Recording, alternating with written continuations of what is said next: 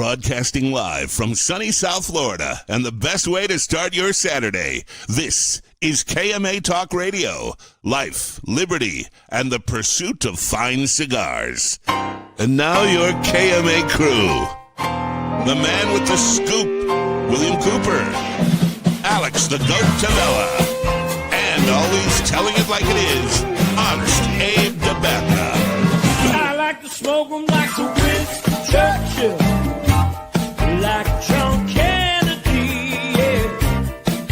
Remember Coach Red Auerbach, smoked up for victory, yeah. Well, you can take my wife, you can take my car, but you can't take my big cigar. My cigar. Good morning to all our loyal listeners, libertarians, and lovers of the leaf. Honest Abe here, and we are broadcasting live KMA Talk Radio. And as always, I'm with my trusted crew, the man that we like to call the GOAT, our boy Alex Tavella, bringing us all the industry news, teaser, and rumor-free, our dear friend William the Scoop Cooper. And joining us as a guest host this week is none other than our dear friend, the man they call the J-Train, Johnny Smokes. What is up? What's up, Good Johnny? morning. Good morning, genitalia. Yeah. Good morning. Good morning. How are we doing today? I'm We're doing doing. fantastic. Fantastic. We're doing. There are a lot of technical difficulties this morning between bathroom breaks and logging Yeah, right, in. right. Even with the technical breaks, no, it was such a great Yeah, week I just- for me. Yeah, I couldn't. That doesn't even get me down with a technical issue. So As it shouldn't. Yeah. As it shouldn't. Starting off, yeah, we missed last week, so we took an unexpected best of last week. So we're happy to be back this morning. And we're going to have a segment this week that we haven't had in a while, Spotlight Feature. Going to bring on a couple of friends and talk about their cigars, and I'm getting ready to light one of them up now. me too. Trying to decide which one. I have went the- with the Well, Speak you know No what, Evil. Abe? I'm currently smoking my Wawa coffee, but I said, because listen, shout out to these guys. Appreciate it. They sent us nice, great packages. Thank you. But Thank you. Yeah. I need some help. I don't know what to light up at 10 a.m. I'm going to need some help from these guys. I need some Yeah, direction. I'm going to light up the, it's funny. The white band with the purple writings called the purple, and the blue band with the white writings called the blue. Oh, these guys, right? Yeah. I'm not even going to try to pronounce it. I'll let them pronounce it. Actually, you're Italian, Alex. Shoot it I off. was just going to say, I'm the Italian in the room, and I know it's dei Cigari is the di yeah, Cigari. Pagliacci di Cigari. That sounds about right. That's the fucking South Philly translation. I'm going to go with the purple. I'm going to go with the Purple? white purple. I'm going to go with the white purple. I'm going to wait. I'm going to get some input from the crew. What are you smoking, Johnny? I don't know if we got you a care package out. I'm not sure if we did or not. That's okay. Yeah, you're the stepchild. I didn't Sorry. realize he was on the show. Yeah, Yeah, what me the too. hell? Oh, that's 6 one I a.m. haven't smoked yet. There it is, the 20th. What? I did smoke it. Oh, I don't even know. Did Yeah. we get those in yet? I gotta look, man. We got I so don't much know, shit coming Abe. I from. didn't see. I don't. Maybe on. I didn't. We got so much shit, Alex, coming in from the trade show. We can't keep up with getting it up online. Right. No, of course. It's not even a lie. Can't even come. I'll tell you close. what, though. It's better than ordering shit at the trade show and fucking getting it 9 months later. You know? Right. That's, Yeah, it usually, it seems like they alternate. It's one way or the other. One year you don't get shit for months, and then Yeah. another year they just dump everything. Like while you're at the show, you're getting shit. I always named after the instrument, not the color. Yeah. Kevin with some useless facts this morning. That's funny. Coop, what did you light up? I lit up. I went with the Speak No Evil. I was looking at some of the flavor notes, and it was like, this is going to be in my wheelhouse. So I went with the Right. Speak No Evil. Well, if you're out there, join us. Let us know what you're lighting up for this morning's episode of KMA Talk Radio. Coop, you're not around next week, yeah? I'm not around next week. I am going to be. I'm going to be at an event in Connecticut on Wednesday, and then I'm going to see my mom for the weekend next weekend. Yeah. Oh, that's always nice. Yeah. I Well, haven't for seen all her. our fans in Connecticut, what event are you going to? Titans of Tobacco. That sounds like a new one. I've never heard of that. Yeah. So they're getting back into Greenwich Village. Greenwich. Oh, I saw something about that. Yeah, so That's you fancy have the padrones. 5 families. They're getting the 6 families together. It's the Gomez family, the Kellner family, Eladio Diaz, Carlito Fuente, George Padron, and Nick Malillo. I'll tell you, that's a store I want to visit. I don't. Have you ever been there, Abe? I don't No. know, but for a store, I haven't been there. I have not been there either. So. They get fancy Padrones, they get fancy Opus. That's whatever. That Yep. store seems to have a pretty solid footing. I think they've been around for a long time. I used to live sure. in Stanford, the next town over, but I didn't smoke cigars when I lived there. So I've never. So I'm kind of excited to go back there because I lived in Stanford for 3 years. So Nice. So I'll be hitting up some good restaurants. I'm not going to go. Well, the thing is, I'm probably going to I'm stay out going of as a Manhattan. consumer. Or are you going as a? Media. You're going as media. We're doing coverage of it. Yeah.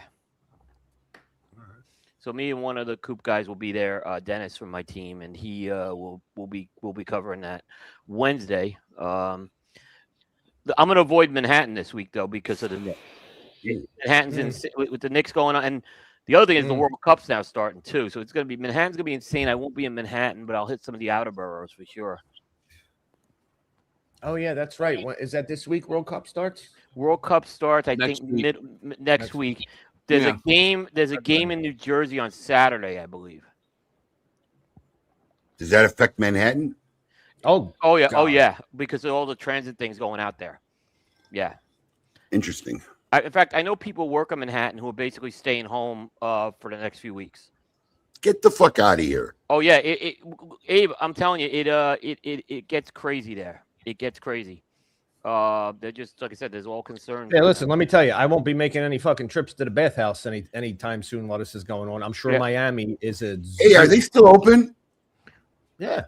I got my card. I got to bring it down. Yeah. But with all the games down there, forget it. I don't want to be anywhere near that traffic with soccer games in Miami. Forget it. I know. Interesting.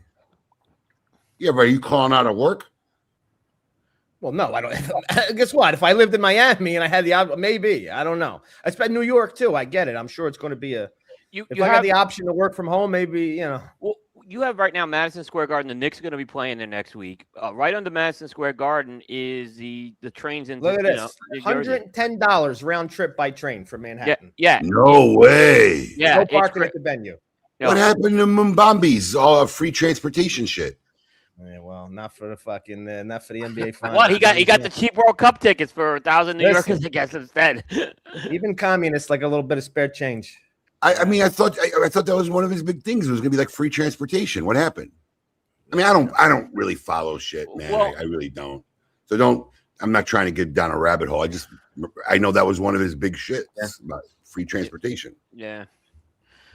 I don't know. Not yet. Holy anyway. shit. Not for the finals. No, definitely not. I'm just curious, and I don't know if anybody knows this answer. That $110 round trip, is that like what it normally costs, or did they spike it? Like, it's spiked. Is it like surge priced? Yeah, I'm sure. Yeah. Wow. I mean, I want to say maybe it's about 30. If I had to just say now, probably. But are you telling me they tripled the price? They tripled the price. Oh, they tripled the price. No, it's going on all over the place. Yeah. Let me ask you a question. Like, what train? And I mean, in fairness, we should really get these guys in for this conversation. They're the New York guys here. Yeah, but they would know better because what train is it? A subway train? New Jersey Transit. So the New Jersey Transit. So I think now there's a rail line that goes to the Meadowlands area, which when I lived there wasn't. So I think now they have a rail line that goes there. Interesting is right. I'm trying to. Oh yeah, we just forgot. Well, listen. Since we're talking about New York, let's get our New York guys on. Absolutely. We could bring them on. It's time for a segment we haven't had in a while. This is a KMA Spotlight feature. Whoop. We both did. I didn't know you knew where it was. My bad.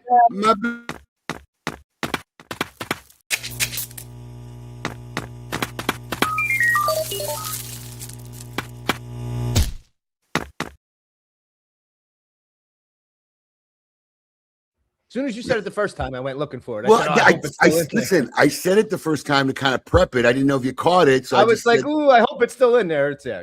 I was just looking for it too because we haven't used it in so long. That was funny.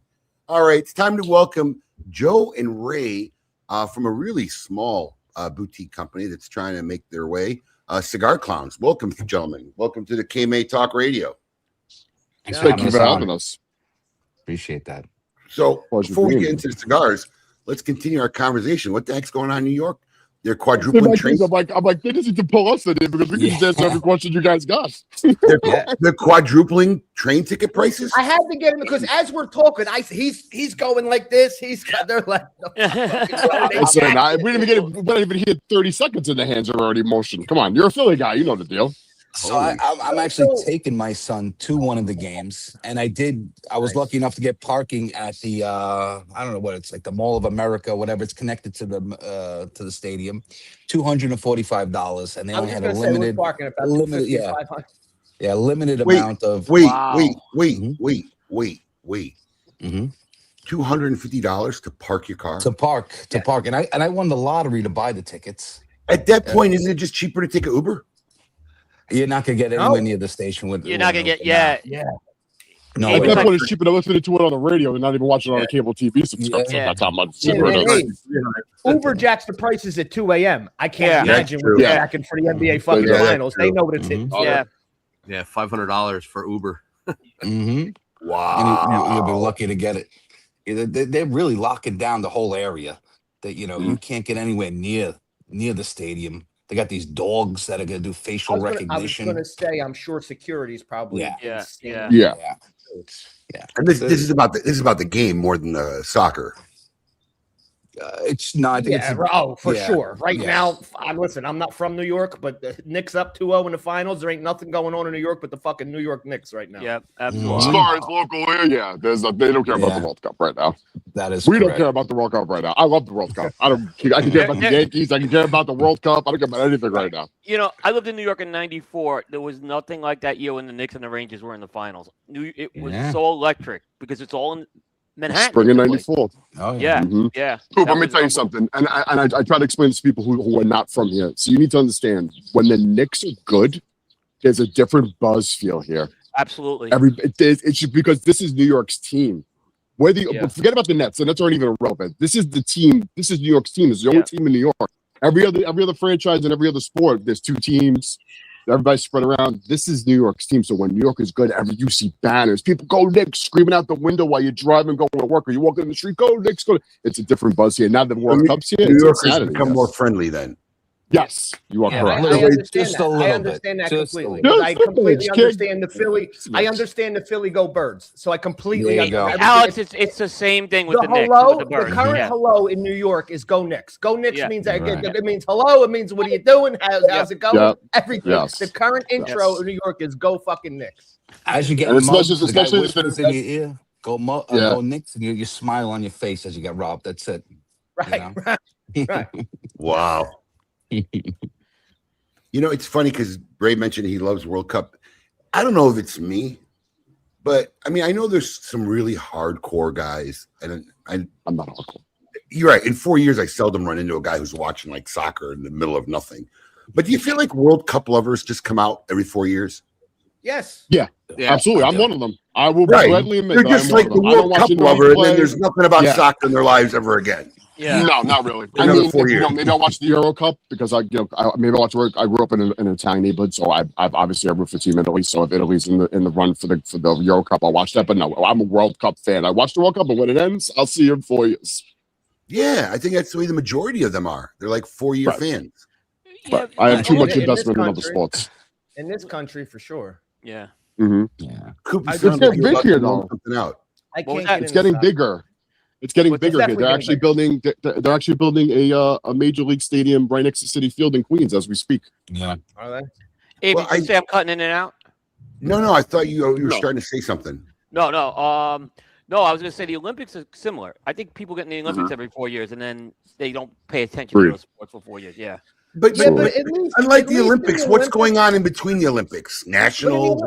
I have Nationals, right? In the Olympics too. I just can't do 4 fucking hours to score 0-0. I just can't. It's hard times for me, man. I need something. Right. Oh, you're talking just about the soccer? I'm talking about soccer, bro. It's 4 hours. It scores nothing. I don't know the intricacies of the game to be able to watch and understand field position. I just see a ball flying around for 4 hours in the middle of the field. Meanwhile, you play Indian marbles in your basement. I know. And watch chess videos. I know. I understand my hypocrisy. Believe me. I totally understand my hypocrisy. What's that game called that you started playing? Carom. Are you still doing it? Yeah, are you still doing it, or did you burn out? There you go. No, I still do it. That's funny. It's great. Actually, I have a thing. I have to hit 2 shots before I can come fuck around the computer, just to keep me. Oh, is that your little little? Yeah, it's my Getaway. That's funny. Well, gentlemen, let's dive into this a little bit. A lot of our fans probably don't know a lot about your history, how you got started. I don't know which one of you want to take the reign on that one, but why don't you give us a little bit of background about Cigar Clowns and how the company even originated? You're better with the short version. You're better with the short version. I'll fill in. God. I'm better with the short version. I'll fill in if I need to. So the Cigar Clowns, they're a group of buddies that we grew up together in Brooklyn, New York. You know, we used to get together at my buddy Nick's house every week, every Friday night, and just smoke a cigar. And you know, when we did that for a couple of years, and we turned that into a Facebook group. The Facebook group, we put out a cigar for our Facebook group, and it was pretty good. And you know, we decided that we can go into business as a group of friends, which is a terrible thing to do. It's a great way to end friendship sometimes. Yeah, that's the truth, unfortunately. But you know, then we got a break, and we started putting out limited runs, and then we went through the COVID thing, which was a great time for a little cigar company to get its feet on the ground and grow. And we were just doing things, through our Facebook group and things like that. And then we became, a company. It's just like a real company. Yeah. Got a little bit of a following. How many different lines do you guys currently? So we have 9 SKUs right now. The Cigar Clowns, we have 2 companies. We just purchased another company. So we have 5 SKUs in the Cigar Clowns line, which is two of them are the Pagliaccis. You got the Viola. This is the Azori. You got the Viola. I'm currently smoking a Viola. Ray's smoking the Azori. We have Goldie Grace. We have the Geppetto and the Rodeo Clown. And then the company we purchased, Sheffield Collection, little mom and pop company out of Florida. We worked with them on the Goldie Grace as a collaboration, and the project went so well. We decided to merge with them. They're very into ending human trafficking. So much so that they actually purchased a tiny house a couple of I'd say about a month and a half ago. And they house a traffic person. They're going to house this person for 2 years, and then somebody else is going to move into that house. Really? And yeah, I mean, they put the money up. It's over $100,000 they spent on it, and and that's out of all the cigars, a big percentage of the profit goes to that. So we love working with Justin and Crystal. Great people. The cigars are really good. I know Coop's smoking one of them. I think he's smoking the Cameroon. No, I'm smoking the Speak No Evil. Oh, the Sumatra. Yeah. And just to follow up on what Joe was saying too. Like we started our brand on limited drops, and we kind of started as doing the bootlegging thing when we first started. That's basically the best way we could describe it. We were doing we kind of like what Jonathan Drew was doing, just trying to hustle. We were hustling. We were hustling cigars, and we were giving out to friends and family. People were loving them. And we kind of went on a run from when we started, when there were 6 of us at the time. We're 3 partners now. But there were 6 of us when we first started this, and we built this up. And, when we sat down as a collective during COVID, which was a terrible time, we said if we were going to go into this, we were going to go into this full force. And we're all blue collar guys. This is the message that we're preaching, especially with this Pagliacci project, man. we're blue collar guys. We're still working. We worked through the pandemic, and we were still, building a cigar company as we're doing that. Being on Zoom meetings every day, talking to each other every day, smoking cigars, getting samples, doing all sorts of things. So from that time period during the shitty days of COVID, we managed to start to get a little bit of momentum, and people kind of liking what we were doing and bring it to the table. And we started to expand a little bit more, and 38 cigar releases with 9 SKUs. From late 2019 until now. I mean, that's kind of, we built this, limited drop basis is kind of, how we got our start. And now we got regular production cigars in the shops, which is amazing. And, Johnny was there from the early stages. Johnny knows the beginning part of our journey. And yeah, man, it's a humbling experience. And then, be able to sit here with you guys is for me, is a bucket list check in itself. Are you kidding me? Come on. I mean, this is monumental for us as a small brand coming out of New York City, and having, Smoke in and be like, oh, I like what you guys are doing. I'd like to see what you guys are about, and giving us that shot, man. It's humbling to be able to sit here talking to you guys today. I agree. Let me ask you guys a quick question, because I've never gotten the chance to do this before, but I've never smoked one of your cigars, and here I am with the opportunity. I have 7 in front of me, and I want the owners of the company to tell me which I smoke to experience my first which one. Well, what type of cigar what kind of cigar you usually go for? That's the cool. I don't hear him. Oh yeah, you watch the audio. Okay. So the audio is bad.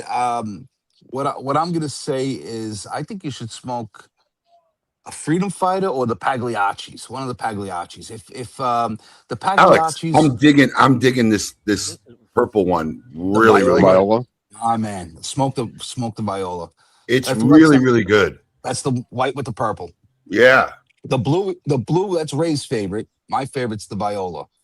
What's the wrapper on these things? Because I didn't even read up. Yeah. So the Viola is a San Andreas Claro wrapper, and the Azori is a San Andreas Oscuro wrapper on it. Okay. The blends are very similar. We have the same exact tobaccos in there. We have the same binder on them. The ratios are a little different, and it gives you a whole different smoking experience.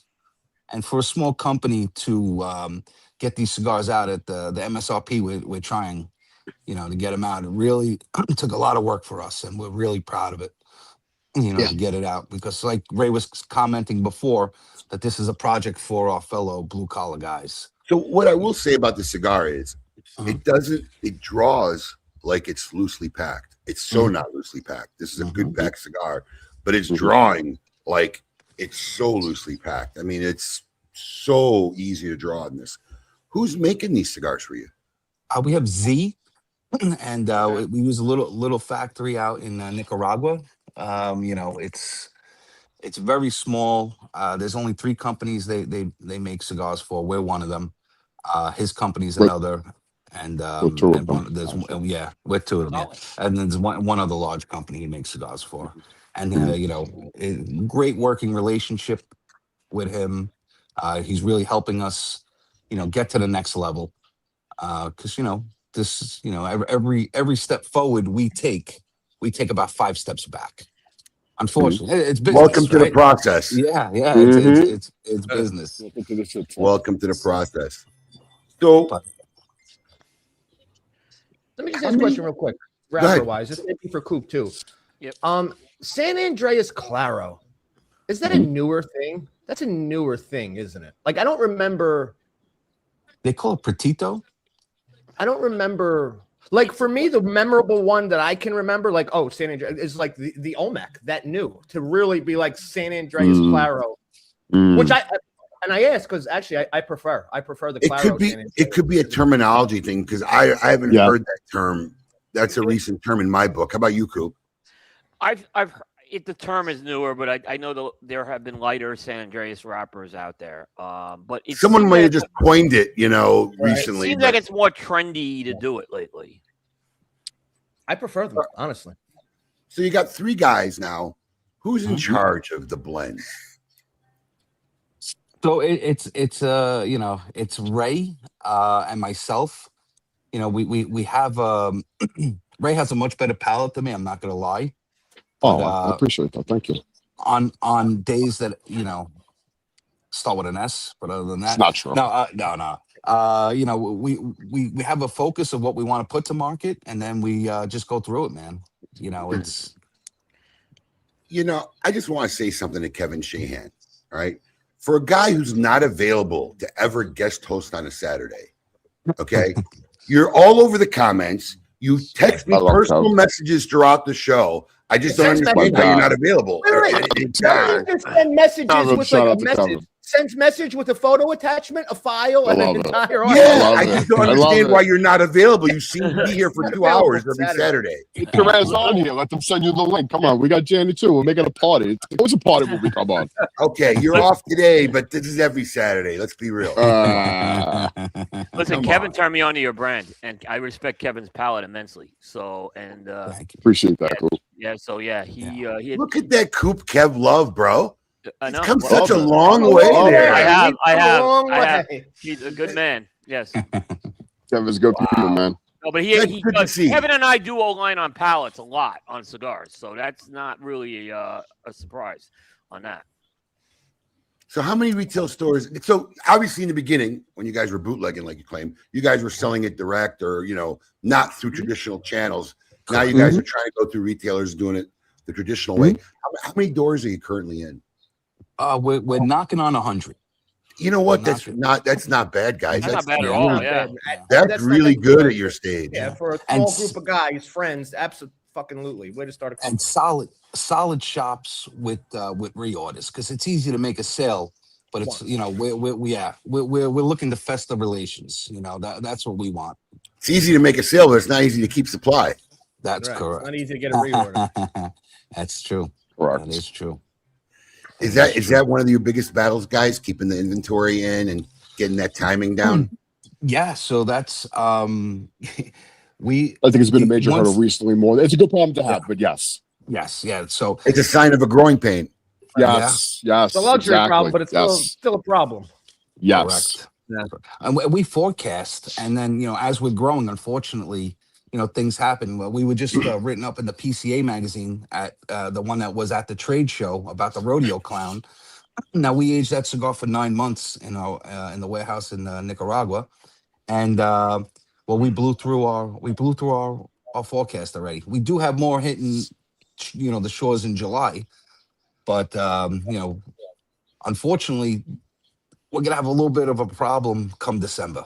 Where we forecast, but that's the worst when you got the problem coming and there's nothing you could do about it. There's absolutely nothing we can do. It's like seeing the big storm out and seeing the horizon. We're going to hit it sooner or later. Hunker down. Right. You didn't leave in time for the evacuation. Hunker down. That's it. That's right. But we tell our partners, our retail partners, this is what's going on. It's better to wait. We don't want to rush these cigars. They need to marry, and we don't want to put out a project that it's burning wonky or something like that. And what ass cheek is he talking out of? I could name a list of. I mean, I don't know what you're considered. How small is, whether you consider Rockefeller small, El Mago small. Abe, you're missing the irony, bro. That was a shot to previous episodes. Oh, sorry. Yeah. It was sarcasm. Okay. Yes, I got it. Yes. I got beyond that sarcasm point. I buried that whole episode. That's fine. Thank you, Kevin. Thanks for stopping me from ripping into him. Oh shit! But I mean, look. I think Joe reached out to me. I think it was that simple. I mean, I know they were on our radar. I'd seen them do a couple drops. I think Joe just reached out to me and look, I tell everybody this.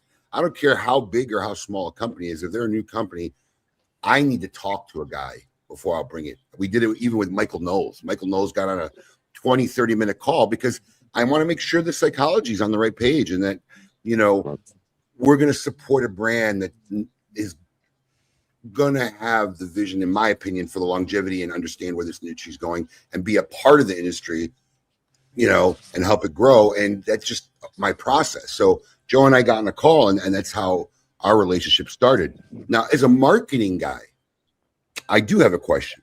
So I think what drawed me to even just know about you guys early on, right? And I think probably maybe even helped you guys more than you know, or you're completely aware of it, is the art on these clown cigars. I mean, I'm going to take a cello off. It's some cool art. Now, I don't know if you got a graphic guy doing it. I don't know if it's AI generated. I agree, Abe, because it's very easy to make Cigar Clowns fucking stupid. It could have been very easy, you know what I'm saying? Really, seriously. Well done on the art. Yeah. Thank you. So, I mean, Ray's our resident artist. He's sitting right here. Ray, are you actually drawing this, or is this AI generated?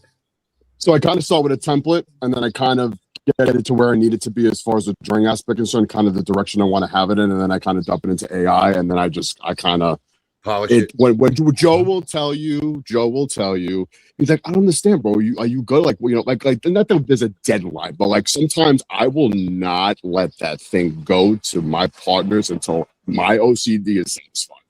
Every little nuance, every little instant, like where I need it to be. If it's not like where I kind of want to be, I'm all self-taught too, by the way. Yep, I don't have a degree in marketing. I don't have a degree in artwork. I kind of tell people the story of, I feel like I always had this talent buried so deep in me that I didn't know about. I was a very shy, reserved kid when I was much younger, and I was a lot of things I didn't kind of find out until later on in life when I kind of grew into myself and gained that confidence level in myself. And then kind of, I tell people all the time, if we didn't start a cigar brand, I don't know if I've ever would have tapped into this sort of creativity that I had buried, you know, in there. Just kind of, you know, we had the original logo that we had was the Coney Island clown, which is the Telly clown. So if you're familiar with Coney Island, New York, when we started our little Facebook group, that was a kind of the simulation of what we started with as our kind of, you know, homage to where we come from. And then we kind of didn't. We knew the image was over 100 years old. You know, like how Mickey Mouse has seen Bill Willie. They kind of just released all the stuff for it, and you can use it in the public domain now. We were so small and boots, and you know, we were kind of getting the pledge of, you know, getting LLCs together. We didn't want to run into any issues. So the guys said, you know, let's go. Everybody kind of go out and find out. You know, let's come up with a logo. So with that being said, I kind of went on my little bit of a journey looking for stuff, and I was a big fan of Chicano, you know, artwork, and they're very into like the clown aspect of it. So I kind of like, you know, did some research, and the logo that you see today that I so happily tattooed on my smoking hand is the logo that we came up with for our brand. I mean, it's very artistically done, right? It's not just like, you know, clip art or anything. This is some nice, like, this is stuff like, you know, Joe just showed. Like, I would have framed up maybe and put up somewhere. This is some nice looking art. Oh, we got canvas arts of it, We got canvas arts that we do for cutting lights that we give away, and they go over very well. Nice. You know, a lot of people want them in their man cave. I'm just finishing up my home office. Just letting you know, just in case. We'll have one out to you. No problem. So, here's my question, right? Yes, so we've gone from this to this. Okay, now this is actually, now you're streamlining into basically traditional look marketing. Was there a reasoning behind this? Okay, yes. I pound the streets. I go to shops to make sales, and we have a couple of salesmen. We're a national sales team now, but over the last 18 months, the feedback we were getting when we were going into shops, especially higher end shops, is cigar's not going to sell here. You have a great cigar, but it's a clown. People aren't going to want to buy it. They're going to skip over it, you know. And so we had a deep dive about the company, about the logo. And, you know, we were almost on the point of like, let's just get away from the clown, rebrand. But we can't do that, right? You know, so we were like, we need to come up with something that's classy, that still screams cigar clowns. I mean, Pagliacci di Cigari means cigar clowns in Italian. And we put our logo just a little thing on the back of it. And so to grow our brand, we figured we needed to just step away a little bit from the clown images that we were doing. But not to say on, go ahead. No, finish your thought. Not to say on limited releases like the Festivus and the other limited releases we have, we're still going to feature a clown on it, because when we say we're cigar clowns, we're not clowning around. You know, we're very, very serious with it. So I'd like to bring up a key point here. Maybe some other people are listening, because this is a point that'll relate no matter what you do in life or business. All right. And this is really important because I've seen it so many times talking to entrepreneurs, young entrepreneurs, or whatnot. So a lot of people actually following us or are part of our KMA Morning Crew don't know this. The original name of our show was Kiss My Ash Radio. Okay. Yeah. And when we were growing, we always looked at different segments, what we could do. The shows continually evolved through time. But as we were trying to get syndicated, we got put in one city, right? And, syndicated radio is a nightmare thing to try to do, especially terrestrial radio. So as we started talking to program managers, every program manager I talked to kind of said the same thing. Yeah, the name Kiss My Ash. I'm like, what's wrong with Kiss My Ash? It's not ass or whatever. But like after the third guy said the same thing, like, you don't want to change the name of a show that you started and you did. We made a pivot. We just renamed it KMA Talk Radio. We figured the people who followed us and knew what it was, knew what it meant. New people or program managers wouldn't be turned off about it. And next thing you know, in 2 years, we were broadcasting 7 different cities across the country. We struggled for a long time saying that we had this segment every week, Meet Your Maker, which is kind of what we're doing now. Instead of a spotlight feature, it should have been Meet Your Maker. This is my bad. This is probably more of a Meet Your Maker segment than a spotlight feature. But, and that was the meat and potatoes of our show. We would spend 45 minutes talking with a cigar manufacturer every week, which meant we had to schedule somebody every week. And it was fine and dandy when we first started our show like 16 years ago. But since then, especially post-COVID, I mean, if you heard Pete Johnson talk or Carlito Fuente talk, that could have been once or twice during the year. You might have caught him actually being interviewed and talking to somebody. After COVID, everybody was on every week, everywhere. So no matter who we had on the show, you probably saw him 2 or 3 times that week on some other show. Literally, we had him on a show Saturday. You might have saw him Thursday on somebody's show. And Monday, Right. So even though we had talked about it for a year and a half, we decided we were going to do a weekly show without a guest. Just 4 friends, smoking up, enjoying a cigar. And the show keeps evolving. I think that's why we're probably one of the longest, if not the longest running show, and probably the most entertaining one, if you ask me. So you guys being able to pivot, because I can't tell you, Kevin knows the story. I went and saw a cigar company 2 or 3 years ago at a trade show, and their cigars were good. Their packaging was horrendous. And as a retailer, I couldn't see how it would work on the shelf. Their vision was short and whatever. And Kevin's a big fan of the brand. And he messages me this year. He goes, "Oh, dude, they changed their packaging." Sure enough, I go to the booth this year. They walk right up to me. Hey, you were right. They changed their packaging. To be able to actually take some criticism and not take it personally and to actually internalize it says a big thing. Yeah. That is such a hurdle that so many entrepreneurs or business people just refuse to do. Because I agree. I love this. I love the art. But I'm from that same school of thought. This is only going to get so far because the traditionalists will never take this seriously, even though there's a serious cigar behind it. And I never had that conversation with you. Some other people did, but I agree with it. And then for you guys to come out with something that looks like this, right? And I'm thoroughly enjoying, because I would see this and say, "Oh, that looks interesting. Let me give this a try." I think you're opening up your doors to a lot of people who may not even have considered the brand, which ultimately, as they try this and say, "God dang, this is a good cigar," guess what that leads them back to eventually? This. Right. That is correct. Because now this has more credibility in their minds, where it might have not in the beginning.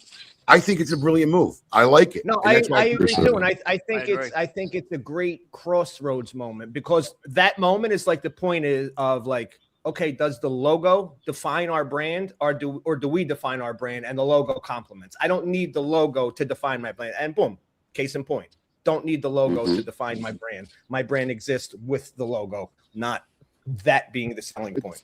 And it's yeah, a good point. Right. I think we have hit that crossroad. Yeah. You know? Yeah, no, I think like a 12. I think we have hit that crossroad, and I think it was and Joe will tell you, it was a discussion for about half a year. Maybe more. We were really in set of like where we're at that point now. It's like, yeah, people know who we are. And, you know, the whole thing with going into shops and like you said, Abe, but the whole, you know, client aspect and things like that. I mean, the good part about it for us with Goldie is it has an amazing, you know, story behind it, right? So that's a good focal point. As far as the other stuff is concerned that we have on the current SKUs, yeah, you know, this is a project that we wanted to kind of showcase that. And here's a fun Easter egg for you, Abe, because I know you appreciate the art concept of what we bring to the table, and I appreciate that immensely, especially from learning it basically on my own. And I want to touch on the marketing social media thing after I say this. If you look at the band, and you really look close, if you got to put glasses on. If you look at the band, there's a very perfect little straight little lines across the band as you go down the band, right? And this is actually something Joe kind of, you can see it more on the Azori because it's a little bit more pronounced. If you look at that, that's kind of that. Joe brought up a good point, and we implemented it in the band concept as a little Easter egg. Being from New York, those represent like the shutter grates of like all the stores and the bodegas at night when they close up for the night. Yeah. It's got that little, it's like that little nuance. Texture. Right. Yes. Right. Yes. The texture part of it, we wanted to kind of raise it where it looks like a gate on the store. Because when you drive through a neighborhood late at night, everything's on the blue. Yeah, on the blue. Yeah. So it's a little Easter egg that we put in there, just like a little bit of like, you know, little definition. And as far as the marketing aspect is concerned, Abe, when you had the initial conversations with Joe and we were kind of talking back and forth, with, you know, with you and you potentially, you know, taking the shot and bringing us in and stuff like that, he had mentioned those things about social media and looking at the social media and putting out certain things and how to maintain and what, you know, keeping it. I pretty much, because I run the social media for me and Joe, but I predominantly run the social media page and answer all the DMs and reposts and all that other stuff. And we kind of changed a little bit of direction on how we started to operate as far as social media is concerned, and it's been nothing but successful. So I mean, I got to take my hat off to you on that because, you know, the little bit of advice that you gave us has helped us tremendously. Listen, I got to commend you because I'm telling you, that one little hump is probably the greatest kryptonite for any entrepreneur or business person. They just talk about it all the time. They can't get off their vision for anything, and they're just stuck on it, and they will ride it into the ground. And you know, it's not always that, you know, devastating where it's going to ruin your company, but it may hold you back. You know, sometimes not being that introspective. And you know, I mean, listen, a lot of people don't know this. Our current smoking logo isn't the original logo we started with. Right. That was a big move. It took me 2 years to let that old logo go and transition. And thank God I did, because it just wouldn't work today for me. You know what I realized the other day, Abe? Just randomly, it's still on top of Boynton. The store sign is still the old logo in the front from the street. It's still the old smoking. What? We don't. It's not the Leaf logo. I don't think you ever changed the store. Hold on. What? No, man. That logo was done before Boynton. No, it wasn't. Are you talking about inside or outside? Outside. You tell me it has the old cigar logo or just the words? It's got the old logo. No, the old logo. Okay, yes. I know what old logo you're talking about. Okay. No. This is pride. Okay, you're talking about original. I'm talking about the Leaf edition. We don't have. Okay, that was just an elevation. No, that whole S and I is smoke coming out of a cigar. That was the new logo. It just evolved with the Leaf was the elevation, right? Okay, yeah, you're talking about the original fucking. The original, the elongated cigar with the lettering in the cigar. Yeah, I was like, how could that be on Boynton? What is he talking about? We haven't used that in forever. But yeah, it took me 2 years to transition that, you know, and it's kudos to you guys because, you know, and honestly, I think the smaller you are as an organization, the harder it is because the experience isn't there yet. So you haven't fucked up enough or made enough bad decisions that you become more open to that. When you're newer, it's very hard because everything is so fresh and energetic and pure that you're just not willing to listen that there may be a better way or a more advantageous way to do something. And it's hard. And I commend you guys. It really is. Thank you. We've been blessed to have in our ear, you know, titans of the industry such as yourself to give us advice. And we definitely understand when we're getting advice from what we call the OGs. We listen because, you know, like you said, we're a young company and there were mistakes made by other companies. And so if an OG is giving you advice, I'll give you one. It was, Eric Espinoza. And he said, do not give any store credit. You know, And he told me a story how he had pull cigars off shelves. And you know what? And right at that time, there was a shop that we were very doing business with. He's like, you know, you gotta give me 60-day terms. You gotta give me. I'm selling a lot of your cigars. Get 60-day terms. We just can't do it. You know, 30 days later, he was closed. Yep. So it's very funny. Pay your bill. They don't listen to themselves. Mhm. I'm selling a lot of your cigars. Well, then you shouldn't need 60-day terms. Exactly. Right. I mean, you know, you only guy who needs 60-day terms is the guy you're like, okay, I don't know if I'm going to sell this or not. But that's not even an argument. It's an oxymoron. It's a contradicting statement. You know, I'm selling tons of your cigars. I need 60-day terms.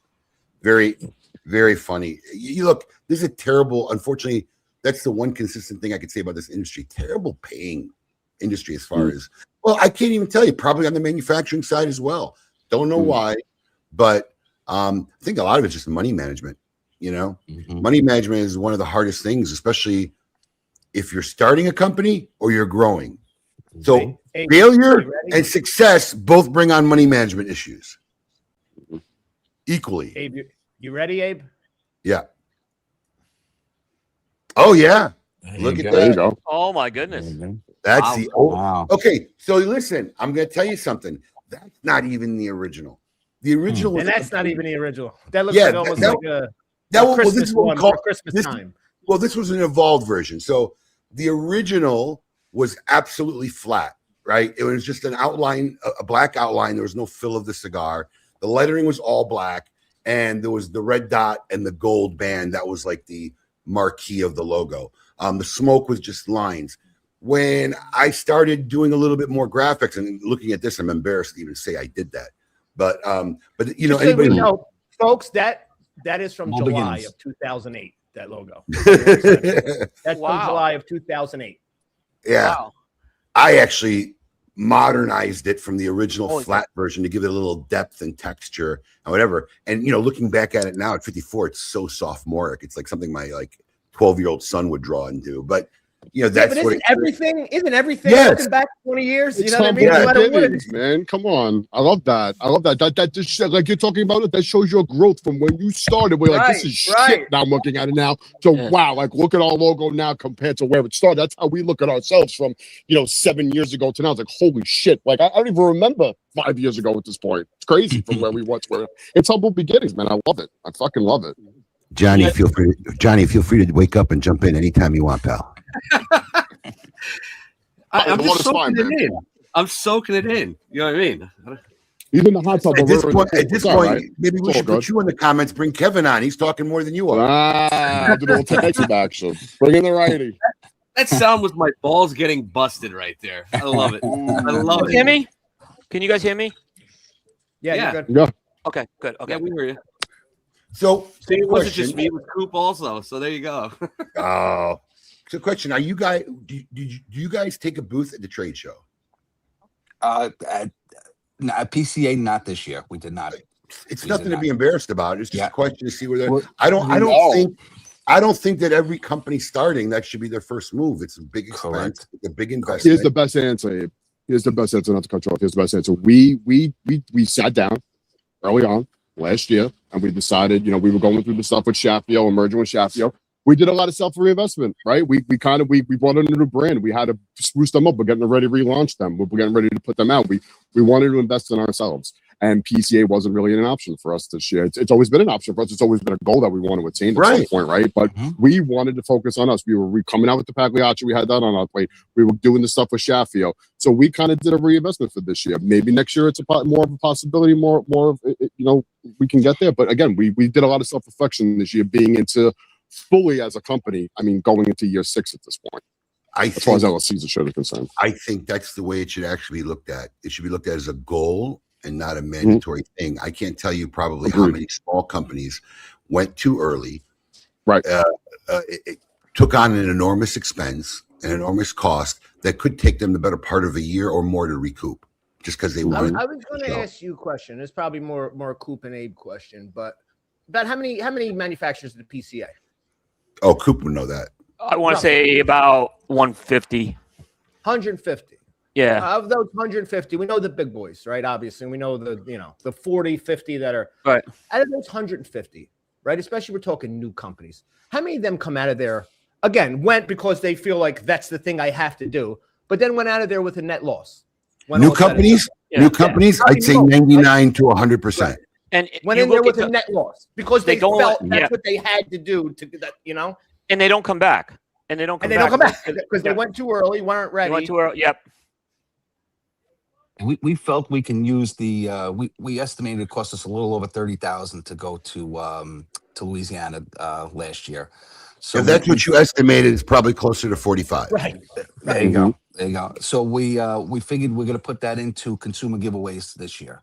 So that's so we're working with somebody to, because that's what we want. We want things in our consumers' hands.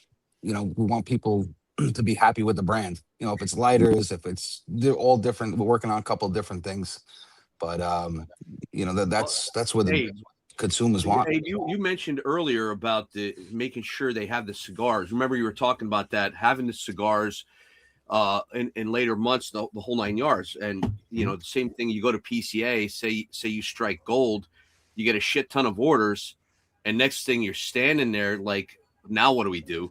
We got like 300 orders, and we don't have the cigars. Then the shops that ordered, they don't get them right away. They get pissed off. Then they don't want to have nothing to fucking do with you. Yeah. So, Johnny, that is true. We cannot keep the Azori in stock, and we have cigars coming in every 30 days. And as soon we have orders, as soon as they come in, they're out the door. And we're upping the orders. And we only dropped this cigar 3 months ago, right? What's it? So $8. Smoking, I think it's $7.30 or something. we wanted to come. Just, as a general rule, I just love that this price point came back. I mean, we went. Let's be real. We went crazy nuts for a while. We went nuts. Everything coming out was $50, and I feel like everybody kind of started to do a little bit of a U-turn. Like, we went a little nuts. So I appreciate $8, $9, $10 cigars still, and a lot of people do. We don't smoke $8, $10 cigars all day, every day, but everyone's, we smoke a lot of cigars. I don't want to smoke $30 cigars every time I smoke a cigar. And I'm glad you brought that up, because that's a good point that we kind of campaigned for this project is elite tobacco with blue collar pedigree. That's what we are. We're blue collar pedigree day in and day out. If you look at our ad campaigns that we've been doing, that Joe's been doing a hell of a job. It's kind of reminiscent of those old Marlboro cigarette commercials with the whole clocking out of work. What are you gonna do? You're gonna light up a Pagliacci, $8 MSRP. Who's better than you with your blue collar friends, your union guys, your co-workers at the ambulance, or your co-workers at the construction site, or you're going out with your friends, for a night out. What's better than clocking out and having a really great premium product at a blue collar price? So we are marking the hell out of this, because we're blue, like I said, we're blue collar through and through. I'm in the utility industry for 20 years. Joe's family owns Monument Company. Danny's an elevator union guy. We're the cloth, bro. And that's what we bring to our cigar brand. Here's my Shark Tank question for you boys. Oh, is this your full-time job for all of you guys? No. This is a part-time gig, but we do work full-time hours on it. So, I believe that. I Yeah. believe that. So this is your second job. So obviously the goal is to get it to the part-time point where, gig's not even a fair statement. It's your second job. Yeah, it's your second job. Correct. I was going to say that, but yes, correct. Second shift. Yep. Yeah. So Actually, it's the third job, because family's up there too. So you got family, you got work, and then you got the business. So it's three things. Right. The goal is to build it big enough where it can be a full-time gig, and we can travel the country, going to shops every day, and hanging out with our consumers. They've been tired of seeing us. That's I can tell you that, because I've been in Florida a hell of a lot more than I am now. What part of Brooklyn you guys are originally from? That's an Bensonhurst. Bensonhurst. I'm from Bay Ridge. Oh, really? Nice. Yep. Whereabouts in Bay Ridge, Coop? Colonial Avenue. Okay. Yeah, I was actually born in Windsor Terrace, but we moved to Love Windsor Terrace. So small world. So my sister grew up in Windsor Terrace. My half sister. She now owns a studio in Windsor Terrace, and her recital is today down on Colonial Road, down where Severian High School is. Yep. So my son I still love Bay Ridge. Which Joe's son goes to. Yeah. And daughter went to. Bay Ridge is great. I actually live in the Rockaways now, Coop, if you're familiar. Oh, I am. Yeah, my dad, when he was alive, lived in Marine Park.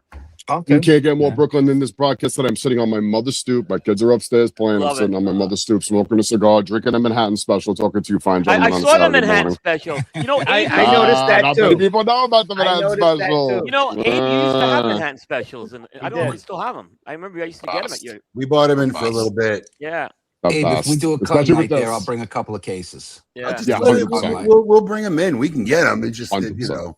unless somebody's really pushing it or talking about it, it just died out. This This I think cigar Alex not was sponsored by our Manhattan biggest. special. I think Alex was our biggest customer for it. If I was Yeah, down but there, Abe, you man, would they still are. have it in. It's If I- fucking best. sugar loaded. Those things. love Manhattan You special. get the diet. The The diet's best. good. Get the diet, no Diet's just- sugar. Diet is Is the very good. diet Yeah. decent? The diet's Is the diet because I do. I like Manhattans, but the fucking sugar's crazy. I Is need- the diet decent? I need the sugar today. I got the original. I think the diet tastes better. When back in the day, when does. you used to open up, the diet used to explode on you, no matter how. Oh, you had to really? open No it matter- over This one the did. sink, no matter what. Yeah. But that's All right. great. Well, listen, Joe, Ray, thanks for coming on. Thank you guys. Yeah, Thank you for having us. great Let cigar, us know guys. about more Great about guys. cigar. Absolutely. I'm Thank you. enjoying Thank this, you. guys. I'm thoroughly Yeah, enjoying this. this I'll is smoke more. really good. Thank you, and we will keep watching you guys. And I think there's going to be, if it hasn't happened already, I know you guys are going to be coming up in our Cigar of the Month Club. If not, Yeah. one of them may have been there already. We got a couple more coming up. Yeah. So The Azori was in last month, and the Biola's in this month. Thank There you so go. much, Abe. Appreciate that. there you go, guys. Appreciate it. Appreciate Okay, it. guys. We're Yeah. going to be back after a very short break. Don't go anywhere. Keep it lit. Imagine not choosing Monte Cristo. Imagine not choosing greatness. The difference between us and everyone else is in our DNA. The flame of Monte Cristo never extinguishes because greatness is more than high ratings and exceptional cigars. In greatness, there is history, development, and constant innovation. Choosing a Monte Cristo is not choosing the easy way. Choosing a Monte Cristo is deliberately choosing the best option. Since 1935, we have strived for excellence. Our brand is backed by thousands of pickers, bunchers, rollers, salespeople, and aficionados like you. Choosing Monte Cristo is more than simply choosing the best. It is joining a family that believes in greatness.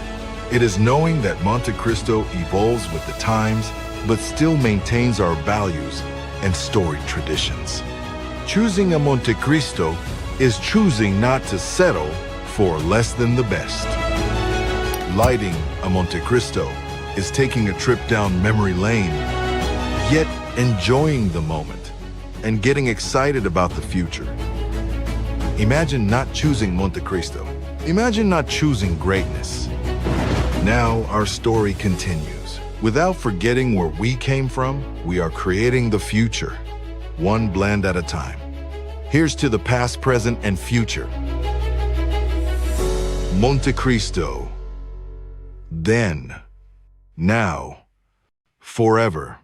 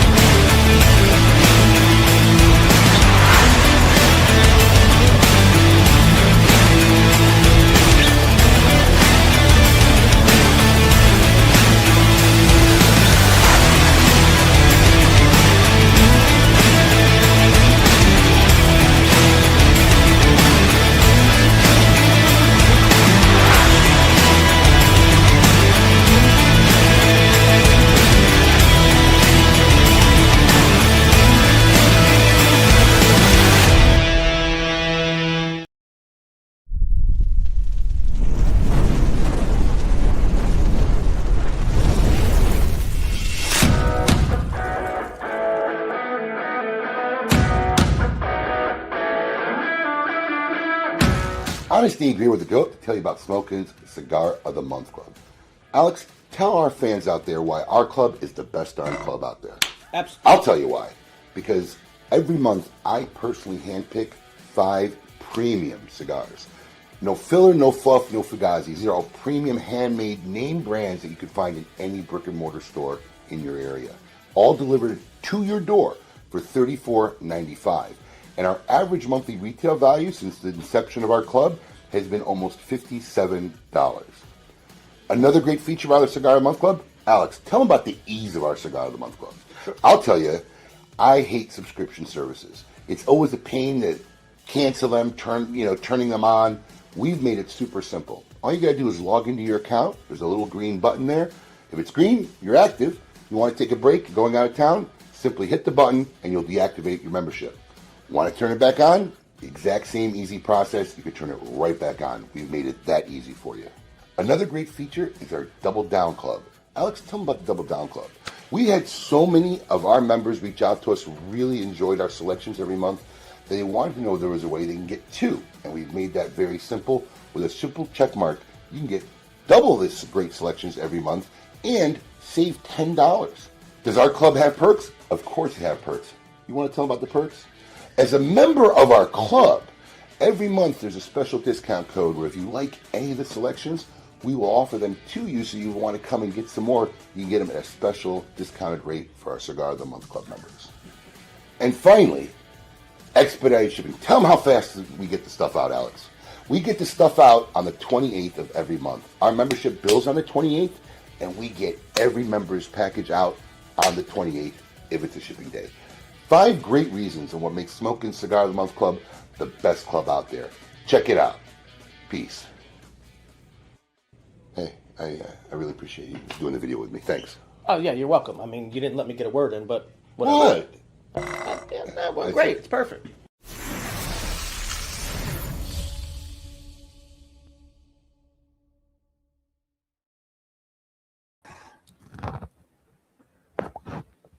And Abe's muted. So welcome back to hour 2 of KMA Talk Radio.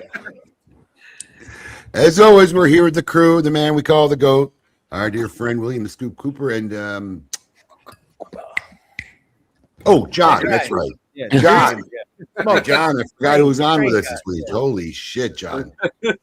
For a guy who has his own podcast, you sure don't know how to squeeze in. Not only that, for a guy who's our friend, for the guy who's been on the Right? show multiple, he still doesn't know when to just you got to just go. You can't. If you're playing double dutch, you're never going to get in, bro. You got to just die. Yeah, he's literally like waiting to get in. He's double dutching. He double dutches. Yeah, don't be shy. It's tricky. It's a little tricky. I know sometimes. Yeah, I mean, I remember I had the same issue actually when I first joined the show. Yeah, always. Yeah. Me too. Same thing. He's not a rookie. Well, I know how GOAT feels from that commercial you guys just did. He's like, Yeah, Abe's literally. That's always pretty good. So listen, I gotta tell you, bring man. it up. Go ahead. This cigar, right? Which one are you smoking? Yeah. These are Because listen, legit. These I got cigars. to tell you, when I got the packs, I said, and I looked them up just a little bit, and I saw this. I was like, I don't want to start with their quote more value line. They're a smaller brand. You know, I'm like, I don't know if the value line is where I want to get. No, man, this is where I fucking This No, is if I how would, Sumatra I will should be buy done. some of these when I stop over. Yeah. This is Yeah, how my Sumatra right should be done. Got Yeah. lost. My pack must It's have right got up lost. my alley. Yeah. It's right up my They're alley. great guys. Great guys. Yeah. Nice guys. No. Yeah. I have to get them at some point on a Coop show. They're great guys. Yep. Good Enjoyed, stuff. And enjoyed that I segment just- a lot. I like this size too. I like the flatter box presses for size. I do too. I'm a flat box press guy when it comes to Yeah, that. I like these. They still even in they're bigger, they still just feel a little smaller. Yeah. Well, this 601 Blue 20th is excellent. I need to get my hair Just done. saying. I found that was a lot more refined, that 601 Blue 20th.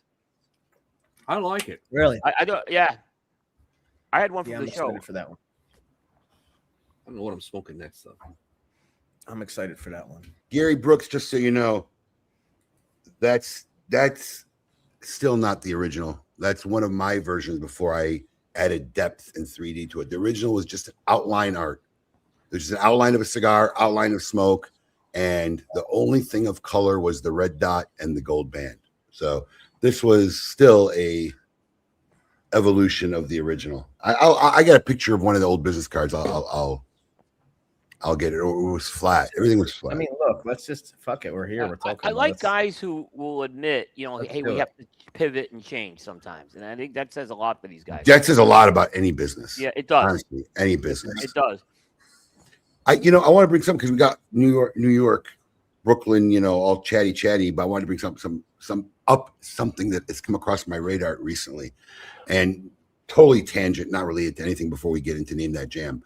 But I had this idea 2-3 years ago, never happened, maybe in my retirement, to do Honest Abe reviews, right? And the reason why I did it, there's an Instagram page, I don't even know it still exists. I made one post, never made a post again on it.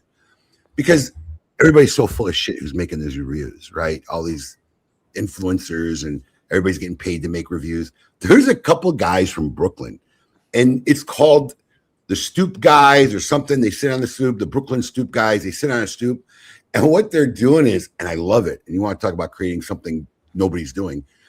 He will go to they look up all the food bloggers, and they call them out, whether you got paid or you got played, whether they're basically reviewing a place, they go eat the food, and if it's shit, they're calling these influencers out. It's terrible food, and if it's good, they're saying, yeah, this is legit, and they thank these guys. I think this is genius. I mean, it's kind of literally one I wanted to do in an indirect way.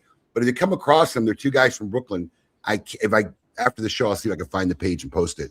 But they are two funny guys. But the fact that they're going around basically reviewing the influencers and their reviews, I think is brilliant. I think this is eventually going to be a new trend you're going to see in every city, because you could tell some of these influencers are just getting paid because you'll go try somebody's shit and it tastes like shit. Like, how could you even have said this was a good place? So being that we were talking about Brooklyn, thought I'd toss that in there because listen to those two guys and him sitting on the stoop reminded me of those two guys. That was cool to see that. Yeah. Yeah, it was pretty wild. I mean, stoop is a Brooklyn thing. The stoop in Brooklyn is a thing. No, 100%. I never even heard of stoop until I met people from New York. What? You go sit out on the stoop at night, It was like that's what you would do. You'd go sit out and you'd hang out with your friends at night, or families would get on the stoop. It was always a cool thing. Alex, what are you doing? You're like thinking hard. I'm digging, man. I'm digging. Oh, to find those guys? No, I'm digging Smoke In. Dude, you had a Cigar a Month Club in 2008? Yes. You did? Yes. The quantity was how many months you were getting. You could pick. Wait, let me pull it up. I have it up on the Wayback Machine. This is fucking cool. Guess how many people we've ever had signed up at the most? How many? Like 30, 27. It's fucking 2008. I mean, how many stores did you have in 2008? 2. 2? 3 at most. Look. 4 sticks per month. Choose number of months using quantity. Actually, that's fucking smart. Back then, there wasn't automated systems. Order 4, you get it for 4 months. And we had to manually keep track of everybody. I'm sure. Oh, it was so nightmarish. It was so nightmarish. But I remember that. Michael Wallstrom was basically organizing that. Christian Aurora. Ming. Jose Cejas signature series. Yes. One of the legendary cigars ever. Look, it adds to the South Florida Surf, Turf, and Herf, which we stopped even doing because it was hospitalizing people. Yeah. Oh, that's right. I never did one of those. It was before my time. You guys were killing people. Yeah. Let me see what's at the bottom of that page. Look, we were all happy. We had just gotten our first hats. 3 stores. You had 3 stores at this point. Yeah. You had 3 stores. 3 stores. Yeah. Crazy. That was our website. Wow. That was the best we could do. It was me and one other guy. I mean, listen, Abe, in fairness, in 2008, not that this was the apex, but, everything was not too far off from this. This was, Probably true. It was before even responsive websites were made. Right. That was it. You're stuck looking at that page like that. Pretty cool. Yeah. Right. Mobile phones weren't even out yet. I mean, smartphones weren't even out yet. Think about mobile version. Right. Apple just launched. There was no mobile shit yet. I was using BlackBerry back then. BlackBerry. Did you watch that movie, by the way? Not yet. Not yet. Pretty- I gotta say, I really want to see that. Yeah. Pretty wild movie. Yeah. There you go, my man Gary. I got into this 2008 was when I started smoking, and it was really 2010 when I started Coop. So I always remember the current logo. So it was cool to see that. The guy who helped design, who instigated the smoke with the S in the eyes, smoke, passed away. Yeah, he passed away. He had some illness I can't even remember, but like he designed that for us without even asking them. He had made something for us. What do you think of this? So imagine me. I wasn't even looking for a new logo, right? I wasn't even like, hey, go make me a new logo. I want to some guy just brings it to me, and I'm like, all right, yeah, it looks cool. And the problem is, the more and more you looked at it, the more and more you're like, I just started slowing eating on me. So we started making some shit with the new logo, and then like it was a 2-year process before we finally abandoned anything that had the old logo on it. It's crazy. All right. We have a Name That Jam. We do. All right. Everybody, it's time to test the musical acumen. The fine folks over at Macanudo Cigars would like to know if you can name that jam.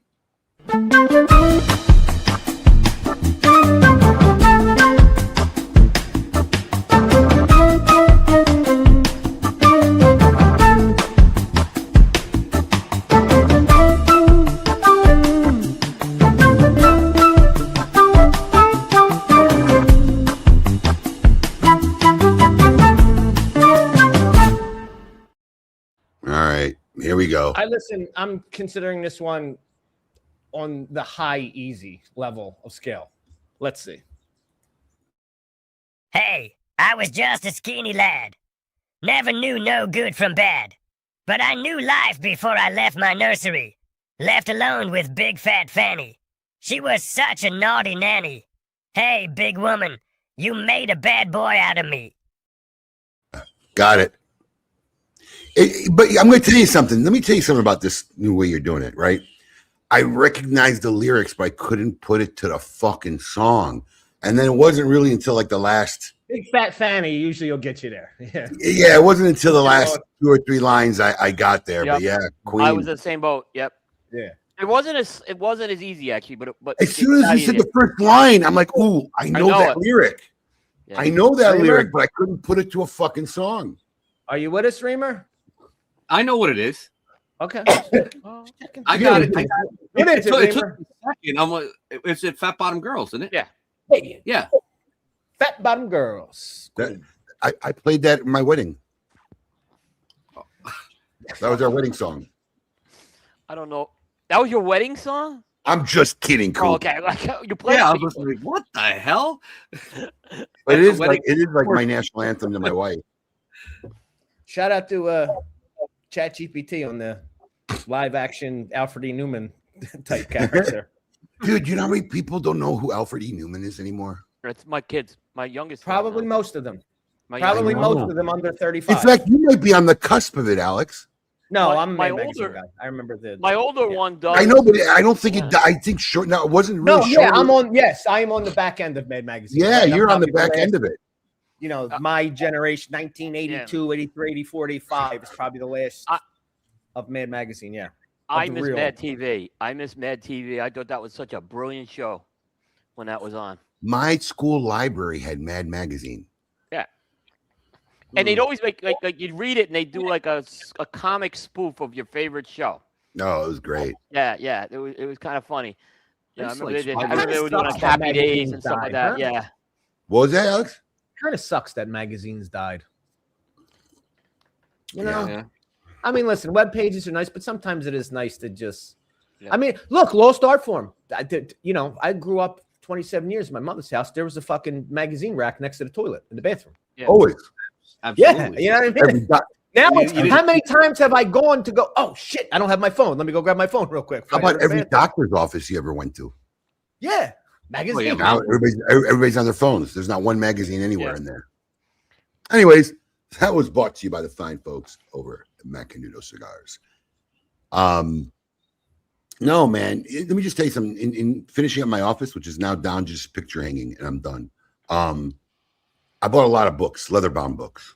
Now, I've pretty much got an extensive library, but 90% of them, 95% of them are classics that I've actually read in my life. And I didn't realize really, how many books I've actually read growing up. And there's a good like 5 to 8% that are books that I didn't get around to reading in my life and I want to read. But I got them all these leather bound, so they look really beautiful. A nice statement on my shelf. But I'm telling you, over the last 7 years, I've mostly done audiobooks during a drive. I can't tell you when I picked up a book. But looking at those books, Alex, I really want to hold one. I want to sit in my office, open this leather bound book, and just go back to reading an actual physical book. Something nice. There's something nice. I'm feeling it. Like I can't wait to have I got a week. Let me go to my office and just like lean back in my chair and read a book, like a real book. Even the smell of a book. Open the pages. Let it waft. Ooh, this is a good idea here. This is a good idea. A.B. Newman? Yeah, it's dope. Yeah. A.B. Newman. There you go. A.B. Newman. Hey, Siri, remind me 10 o'clock Monday to make an A.B. Newman sticker. Okay. I've added make an A.B. Newman sticker for Monday, 10 a.m. There you go. It's that easy. Now, I can't tell you if it's going to make it because it just depends how it ends up looking, but we're going to give it a shot. Give it a whirl. We're going to give it a whirl. Johnny! Yes. We're going to get you talking. How's life in Reamville? Life is good. I can't complain. It's been a hectic last couple months with Lena's one son graduated college, eye doctor. Nice. Another son got married. And when we went to Puerto Rico for that, for their graduation, actually. And Smokinos we went to. So that was another weekend of that. And then how is the Smokinos? I got to make it up there one day. You know, the president of that company came to visit me a few months ago. And they're really, good people there. Yeah, they are nice people. Yeah, I always had such a bad connotation about them. No, they're good people. It's an excellent time. It really is. Yeah. Like you're in the middle of nowhere, but it's beautiful and everything that they set. You know, Laura. But it's all on their lot. It's all on their property. Yeah. They got this huge property out in the middle of nowhere. Like if you take an aerial shot, you don't see nothing around but trees, like forever. And you know, I got to make it up there one day. I want to see it. That event's only like 4 or 5 years old. It's not that old. I think it's less than that. This was year 3. Well, there you go. Even less. Yeah. It was year 3. So been to every one. Love it. Love, like I said, Beth, who runs it, and Beth and Laura, great. So they put on a great show. They shuttle you in from the area hotels. There's a hotel literally like. Wow, that's great. So if you come and visit and you stay in a hotel, they will shuttle you guys in. Yep. Is it just going like every half hour, every 20 minutes? It's just going back and forth all day, or keep going all day till 11 p.m. Like I think 11 p.m. is the last one. How big's the shuttle? It's a bus. They're buses. Is it like a school bus or is it like a coach traveling bus? A coach traveling bus. Wow, those aren't cheap by the hour. Nope. It's like I said, it's a great time. The food venues are awesome. You can even get into the restaurant, and you know it's a limited menu then, but it's a great time. It really is. So you know we had that going, and then of course June 20th is huge. So that day we have a big event at Lena's shop. She's going to have as of the 1st, she's had the shop 11 years. But we're having a big blowout on the 20th. I turned 60. So damn. You know what? When you get to my age, you stop making fun of people like that. Because when you're young and somebody turns 50, you're like, oh fuck. Dude, that's like around the corner. That's like tomorrow for me, man. I can't even make fucking jokes. Yeah, like people are like, is it bothering you that you're gonna be 60? I'm like, no, it's bothering you. You keep putting it in my face, but it doesn't bother me that I'm gonna be 60. You know, fuck it. I think your mind just doesn't let you, because like I remember like my big joke when I was in my 20s to anybody turned 50, like, oh man, how does it feel to be a quarter of a century old, right? Knowing that like you lived 75% of your expected lifespan, you know, because at 26, you're like, oh God, that's so scary to be. Then when you get there, you're like, fuck, what choice do you have? You just like, just ride it. You ride it, you phase it out. As long as people keep telling me, John, when are you going to grow up? I'm still good. So I still got that going on. So You know, Preston, Real quick. I want to, we thought about this. The problem with this, Preston, is unlike where they're at, there's like 2 or 3 places where you really could stay, right? Right. So you only got to service 2 or 3 places, and maybe 2 of them are like across the street from each other anyway. Yeah, you guys are everywhere, bro. You guys are everywhere. Yeah. Everybody comes. You got Airbnbs. You got 5 different hotels. You guys invade South Florida. Yeah, there's no way logistically that would even be feasible for us because there's just so many options on where everybody could stay. They're all over the map. Real quick, I just want to jump back to what we were talking about before. In fairness to Abe and the site. I mean, bro, this was your competition in 07. You weren't that far off. I mean, this was JR in 2007. You weren't that far off. Yeah, man. The time was the time. So you weren't that far off from the largest cigar store in the world at the time, Good job, Alex. That was good. I mean, that's probably what I did back then. I just looked at everybody's other site. Right. Because that looks like a skeleton of my site, at the time. Yeah, that's what I mean. You weren't that far off. Wow. Oddly enough, Big Money STG. Imagine the world's biggest cigar retailer in the world. That's what the site looked like. Wow. Selling Fila. Fucking Lou selling Fila. Wow. Oh, wait, this is still Lou at this point or no? 07, 08? Yes. Yeah. Yeah. 100%. Lou didn't get out, I think, fucking 12, 15 sneakers or and all, 16. huh?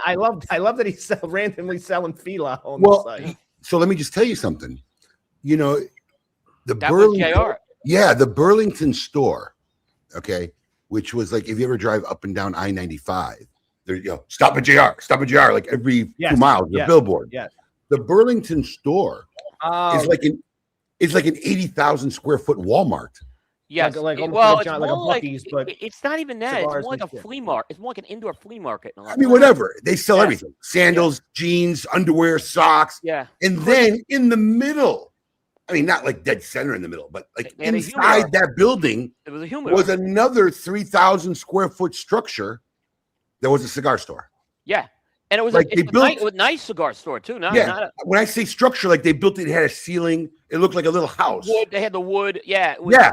They had like a little house in the middle of the mega store, and that was a cigar shop. Yeah. Want to know something interesting, Abe? Actually, that's not far from the truth. Yeah, true. But CI bars their website from the Wayback Machine. You can do that. Oh, I didn't know you could do that. I didn't know you could do that. You can do that. Yeah. Coop, did you ever go to the one in Whippany? Yes. In fact, that's where I had one of my first cigars. Yeah, that was funny because my first time there was the old one. Yeah. You walked in and it was like you said, it was like a flea market I was like, what the hell is this? You could buy canes and hats, and I was like, Jesus. You buy like Christmas ornaments and stuff. Yeah. These Christmas time, you get great deals on Christmas stuff. But the Burlington one is still there. In fact, I drove past it this week because when I was going up to DC.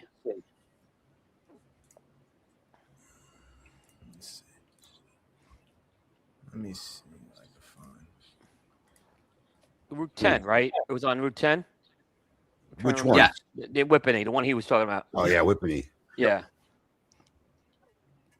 I wasn't at the other one. What's that? More north. The hell, where's that at? I wasn't at Paramus. Yep. Yeah. Never at that one. Coop, how's the news looking this week? Anything good? Anything? Yes. It got good. Into somebody this morning. It got good the last very late. In fact, I had to update Alex on something last night. But the last couple of days, there was some interesting stories that came out.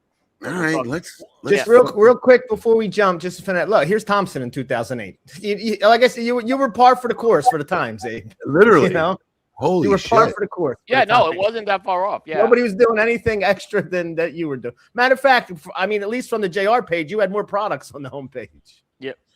Wow. Yep. Yeah, they were. They were.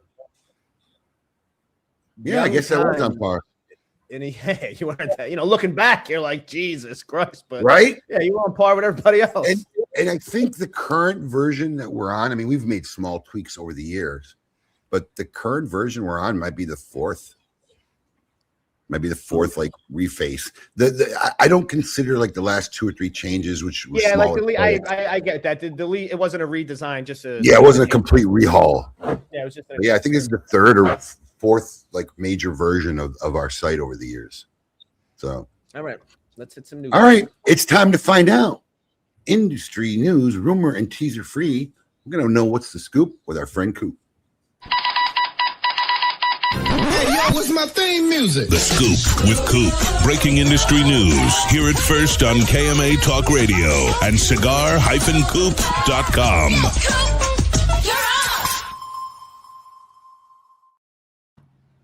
All right. All right. What's going on? Let's get into this. Last night, Eric Espinosa was on the Dojo show, and he spilled the beans on something that probably you knew, Abe. A few people knew this, but the Dominican factory. So the big news that came out on that and was that Eric's partner in the factory was revealed, and it's Guy Fieri. It's an older picture of Eric. It only makes sense. Sure. Yeah, I mean, and he's going to be, the factory's going to be in Santiago in the free trade zone. They're targeting its September date. I think Eric was like saying that's the target they want to get this open by. He's got a guy by the name of Santana Diaz who had a brand called Been around forever. That's Santana. Eric used to distribute his stuff, and Santana made some really good cigars, by the way. He was very small, but so he knows his way around a factory. Santana's going to be like heading up the operation down there. That's all Santana needs to be doing. Should have never tried to make his own line. The guy can make great cigars. That's what they need to do. Put him in a factory, throw him on a farm, and have him make shit. Incredible cigars he made. But it was a tough brand for him to move. I don't know why the distribution deal didn't work out. These things, but that because I thought at the time when he went weird too. Like, it wasn't half of it was in cans and shit, and like, I mean, great cigars, but I mean, look, he was, like I said, he was a great blender, great cigar maker, but I don't think he really was packaging too. Yeah, so I think this is a great man. move. It's a great move for Espinosa. Do you remember Smoking 8 Ball? Yeah. That was made by him. Yeah. That was made by him. Yeah. Yeah, Coop, he spilled the beans on that actually on Thursday. After 3 I didn't know. Oh, yeah, he had 3 Basil Hayden, so he was feeling pretty good. And he's like, I got to tell you this. He said about Dominican, and he said, my new partner, Guy Fieri. And I even joked. I said, "Holy shit!" I should have put a link to your show then. Yeah, I said, "Holy shit, we scoop Coop." I said, he had told me, Eric, but it was like one of those things I couldn't say anything, right? So, I mean, once it was out there, it's out. Like once you say it on a show, it's out there. There's no getting around it. Right. Yeah, it was like, oh my god. So you actually scooped the Dojo guys on it, yeah. I'm gonna tell him drink more when you get on the freaking podcast. He was lovey-dovey. I went to Hector last night, and I'm like, Hector, he said it. He's like, well, you gotta do what you gotta do. I'm like, yeah. I'm like, we already got projects in the queue for that factory. Yeah, I think it's gonna be a great thing. I mean, really, and I think having Guy there, it's gonna have some money behind it too, which is good. So these things aren't cheap. It sounds like he's not setting up a half-ass factory. I don't think Eric's at the point in his career where he needs investors or money. I mean, look, you could always use it, but there's a certain thing where you get to a point in your career where you don't want investors, you don't want partners, right? You're trying to get everybody out of your company. I think this is just more of a solidification of their relationship together, right? And that just shows you how vested Guy really is in this project. Yeah. It's not just about throwing his name on a brand. Once again, he's getting deeper and deeper into the culture and the industry now by owning a factory. So, everybody else take lessons. Yeah. It says a lot that Guy is making that type of, commitment now. Yeah. He's in this for a long haul. So Alan Rubin actually made a comment to me last night, and he said, and you're acknowledging it? I am, because wow. It was an intelligent comment he made. Okay. He said, when has a celebrity ever done that? I'm like, you're right. Never. Yeah. Listen, I got news for you. Most celebrity arrangements is nothing but send me my check here every 3 months. Yeah. That's all I'm doing. I had one. You get to use my name. Yeah. Maybe I'll let you throw my face around somewhere. Maybe I'll show up for something, but otherwise just send my check here every 3 months. Yeah. You know, I had Juan Lopez on my show a couple weeks ago, and he was very honest about why the Tyson thing didn't work out. You know, 100%. Yeah, he was very transparent about it. I appreciated that. You know, I knew that wasn't going to work out when he wouldn't take pictures with people or sign something or do something. I'm like, this is dead in the water. Yeah. Yep. Yeah, he's fucking miserable. I was like, Jesus. Was it though? Was it? Was it? I don't know. No, I gotta give Alan credit on that one. He deserves credit when it's due. Yeah. I don't know, Alex, but I'm fucking nubbing the shit out of this one. I'm taking it. I'm really enjoying this, and I'm not much of a guy. Chimoli. Since I don't have the clown. Pioneer, you have the Pioneer. Yeah. Is it just me, or is the draw like 100% effortless on yours? Yeah, it is. I have a great drawer. It's your brain doesn't expect it to be because it's a tightly packed cigar. It's not like a loose, right? Literally, it's not a loose cigar at all, but it draws very, very well. Yeah. Like I would pick this up and feel it and be like, and I would probably try to grab another one if I feel like this one feels like it might be a little tight. No, man. Yeah, this one's good. Kudos to them. Absolutely, absolutely, yeah. What else you got? Look, here's the thing. Here's look. You know, Juan Lopez. I hate to break it to you, but Mike Tyson doesn't even fucking smoke cigars, bro. This was totally like, let me slap a name on the box. Sorry, like Juan, but there were Mike Tyson doesn't even smoke cigars. Mike Tyson's a fucking weed guy. There were things that the Tyson people were supposed to do that didn't happen either, and that's what could you possibly expect a guy who's not even interested in the industry to actually do? I mean, are you telling me that Mike Tyson could have become irrational? No way. No way. It's not even. Well, no. I don't think he's irrational. I think the fucking partnership is irrational. The guy doesn't smoke cigars.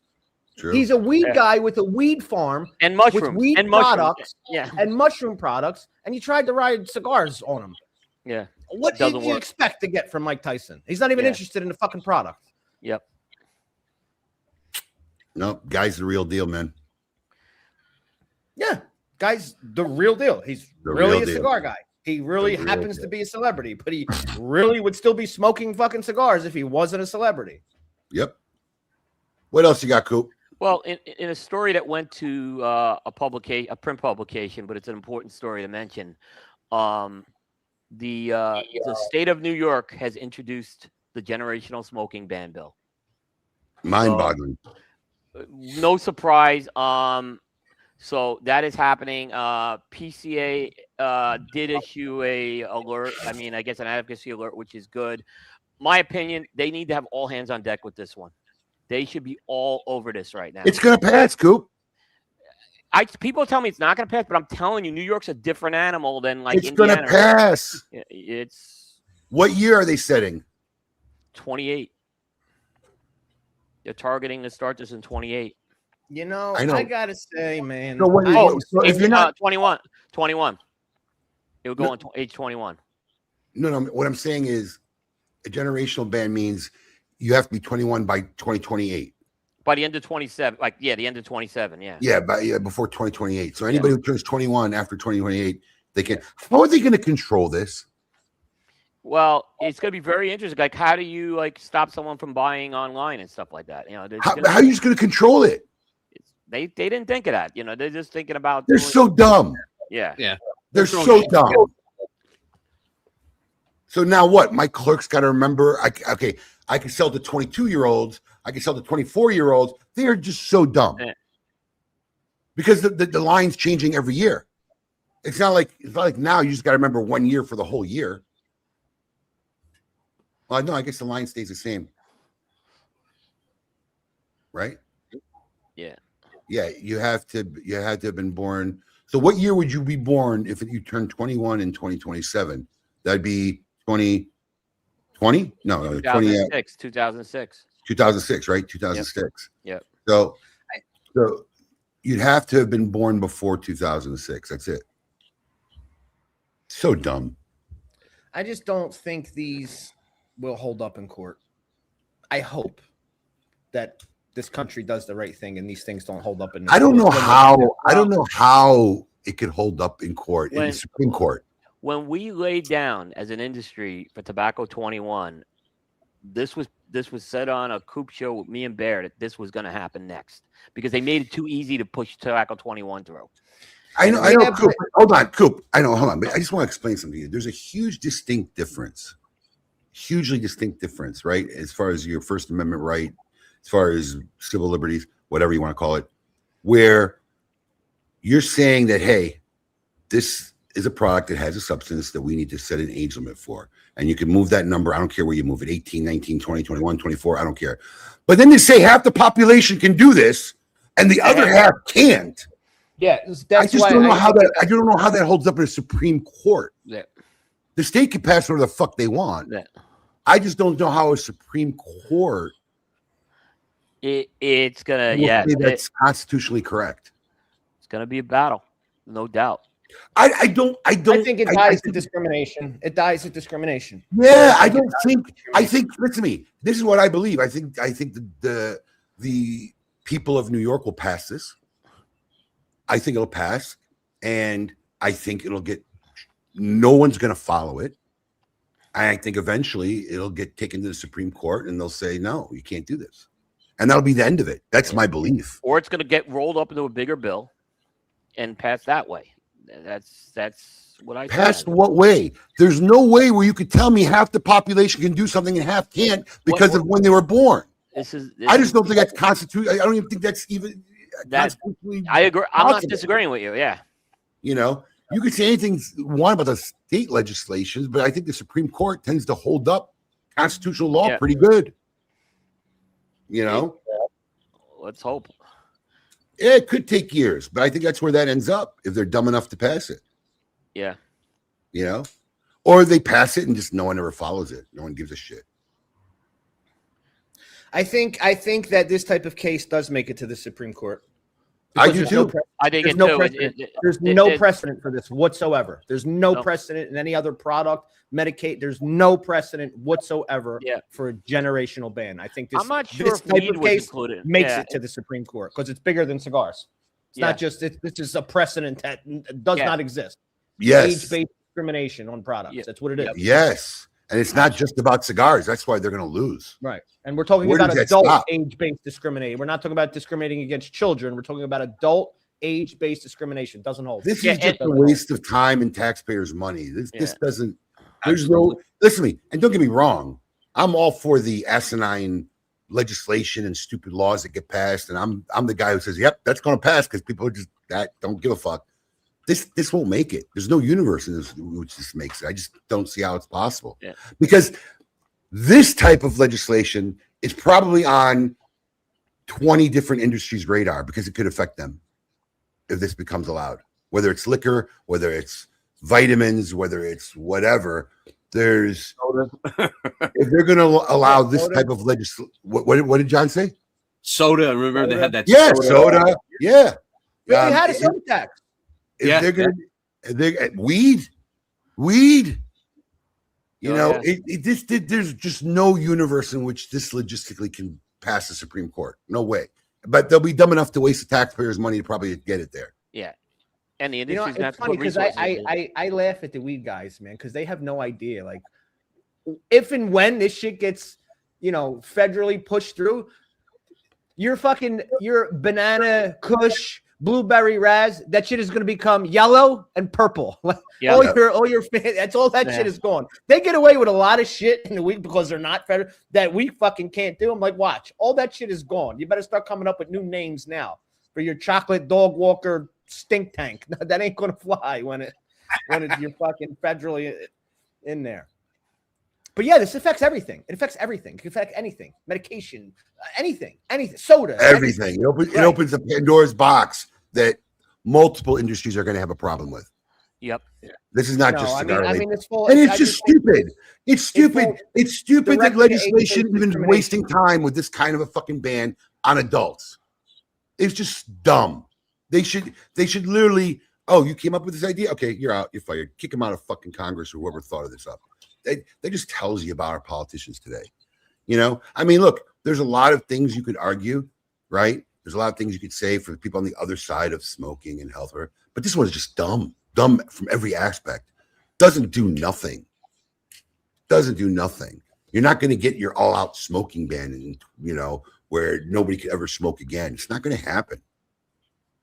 You know, then at that point, you might as well get rid of fucking fast food, get rid of fucking liquor, get rid of fucking sodas. I mean, it's just stupid. Stupid. And you get killed the tax money on top of that you could be getting off tobacco. So dumb. It's unbelievable. It just never ends. Never ends. It never ends. And like I said, like I said, if I was PCA, I'd be having someone in Albany for the next 6 months, every day. What else you got, Coop? Oh, we got some products that have shipped that were announced at PCA. I'll kind of go through them quick. There's 3 of them. The first one is the J.C. Newman America 250 humidor has shipped. That's a thing they're doing for America 250. Inside the humidor, there is a perfecto size of the American, which has not been released before. On that map that you see of the U.S. on the humidor, each of those pieces are made of wood. Each state's made of wood, and that wood comes from the state that wood where the trees were, basically. So there's like, for Florida, there's like a sable palm wood that was used, and Pennsylvania had an eastern hemlock. So yeah, they kind of did that. This is not a cheap humidor. It's going to be $2,750 with 50 of those Perfecto cigars in there. So that is shipping. I was wondering if they were going to get that out in time before the 4th of July. So, you know what? You know which? Guess what was the most that we've seen so far? The most successful 250th release we've seen. CAO. CAO. And I called it too. Yeah. I can't tell you the last time I ordered over 100 boxes of anything CAO for a release, and they're all gone. I actually reached out to see if we can get more. Doing good with them. Yeah, Lena's doing well with them. They're gone. They're gone. Yep. They great package, 10 sticks, great price point, easy sale. Yeah, that was the one that made sense for them to do it with because they have the CO America and it's all American tobacco in that one, by the way, which is the other difference. I know, which I was surprised. Yeah, which a lot of the CO America is not even all American tobacco, but I think this is. I don't know if there's another American 250 release with all American tobacco. I'd have to go look. We have another release from Newman that shipped. It is the Leroy Newman Collector's Edition 2026. This features artwork from Leroy Newman with the president's birthday. It's not that was a hard picture to take at PCA, but it's basically it has Marilyn Monroe serenading John F. Kennedy there. This is a joint project between the Newmans and the Neiman families. Where the profits all go to support education, arts, and Tampa's public schools. This cigar is made at El Rojo in Tampa, by the way. Really? Yep. So that's why they have the American 250 band on that too, because anything coming out of that factory has the American 250 band this year. So that is shipping.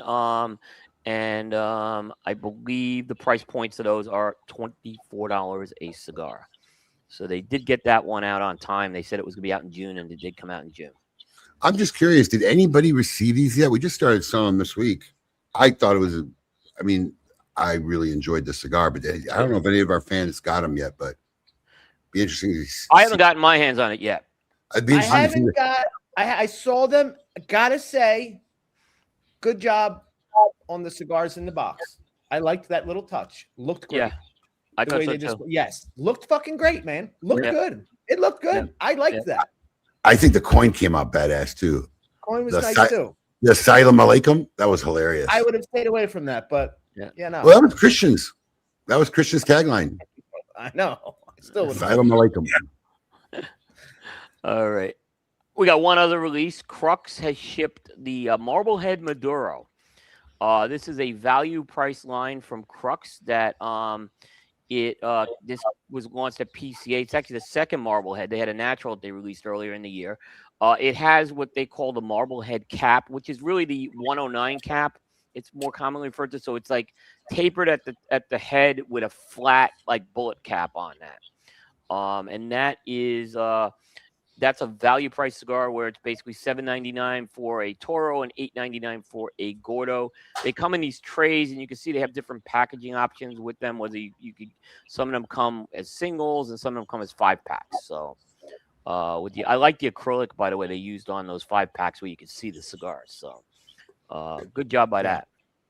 You know, I got to hand it to these guys. It's one of the newer brands that we bought in this year. It's actually doing very, very well. I'm a fan of them. Yeah, they're good. I'll tell you what, at the trade show, we went up to their booth. They had this open box with the loose cigars and the 5-packs in there.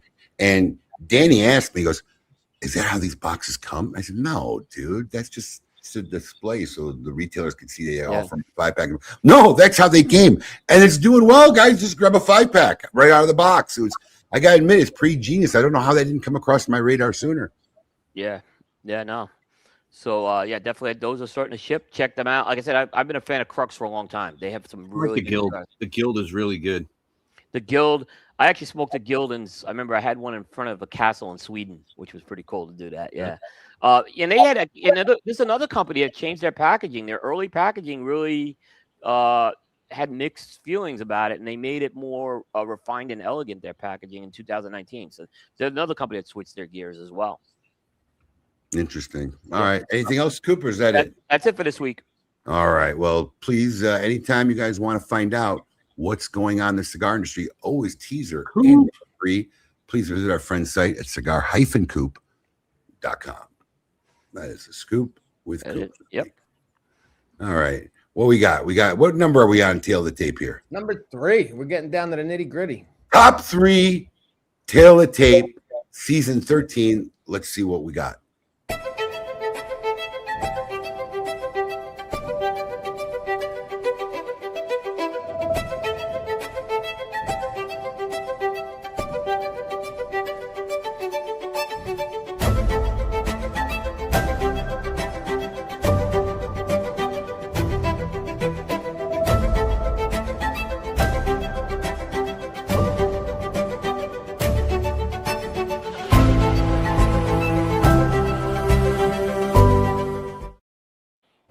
All right, who wants to lead her off? I'll start it off. I gotta say, man, once you get down to these, they almost become interchangeable. Because I got like they're all one interacts with the other one, or 100%. So for me, number 3 is a smartphone. I mean, do you really have to talk? What do you even say about it? It changed our entire lives, every aspect of every portion of our lives. Unfortunately, to me, like the education system hasn't caught up to the smartphone. I don't think we need to spend time in schools having my child memorize the states of the fucking country anymore. You know what I'm saying? I don't like it. It has changed everything. Listen, could be 1, could be 2, could be 3. Again, I one agree. of them it could have went in any fucking direction. But yeah, for me, smartphone. We're down to the big boys, top 3. My 3 is smartphone. Is it? It literally is smartphone. I mean, look, it's not even that, Alex. You wouldn't even have businesses like Amazon. Do you think Amazon would be as successful as everybody had to stop and get on a computer and order shit? No, of course. Their growth was because I could see something and go, ooh, let me order that. Pick up my phone, hit one fucking click and order it. What it's done for just businesses and everything. But here's some interesting facts, right? Guess who had the first smartphone? And I bet you never even believe what year it was. IBM. IBM had the first smartphone in 1994. And it had a touch screen, it had apps, and it had email. Guess what the problem is? Battery lasted only about an hour. Yep. Which goes back to my battery pick in Top Inventions, right? It only lasted an hour. Early iPhone prototypes, before it actually was developed on the market, had a plastic screen. But Steve Jobs went nuts when he started seeing the scratches on the demo and insisted everyone had to be glass. And the word app didn't explode until Apple's App Store launched in 2008. Yep. So smartphone for me. What about you, Coop? I went with the ATM. The ATM really changed everything. I mean, I remember like when my parents would have to go get cash, they'd have to go to the bank and the bank had to be open. And then it was used to deposit your paychecks, which, you could deposit those at any time. I remember when there weren't ATMs. So I got a question now. Has the era of the ATM basically ended? Yes. I go to the ATM because of my fucking barber, and that's it. I do. I mean, because he only takes cash. Because he takes And I got news for you. That's ending too. Right. More and more places I go to will not even take cash anymore, and I am in utter shock at sometimes the stature and the quality of a business that turns around and tells me we won't take cash. I'm like, are you fucking serious? And that's You why know? this was lower than 1 or 2. Like if this was maybe 20 years ago, this could have been 1, right? Yeah, Right. ATMs are I agree. done.